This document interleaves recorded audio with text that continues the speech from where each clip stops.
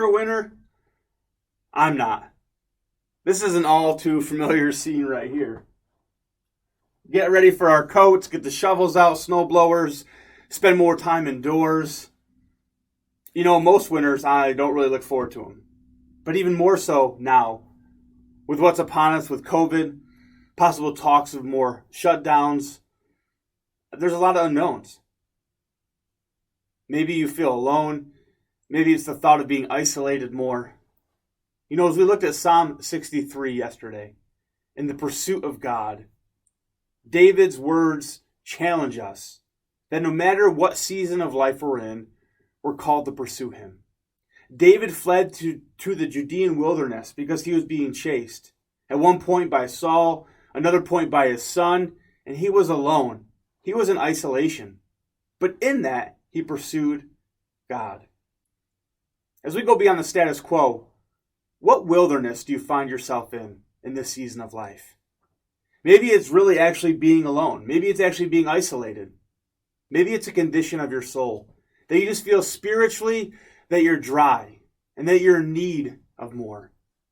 Well, David would encourage us that no matter where we find ourselves, what wilderness we're in, we pursue God.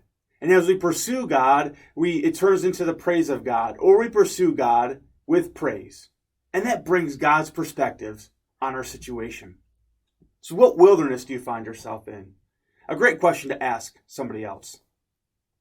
As we go beyond the status quo, the second question is, who do you need to share this psalm with?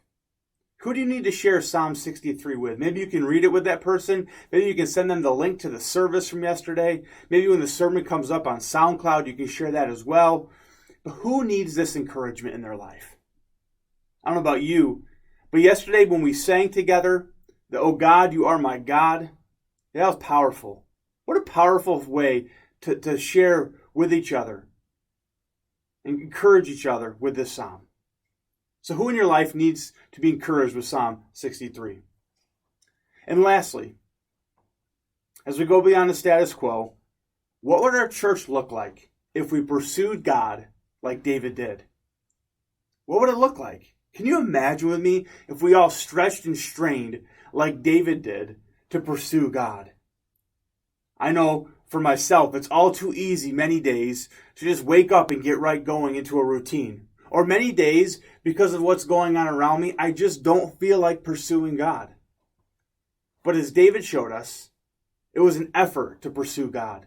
And as he did it, it turned into the praise of God, where he experienced the unfailing love that he said was better than life itself.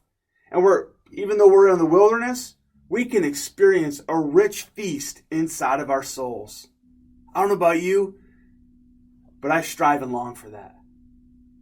So what would it look like? And how would our church be different if we all pursued God like David did? Can't wait to see how God continues to work as we go beyond the status quo.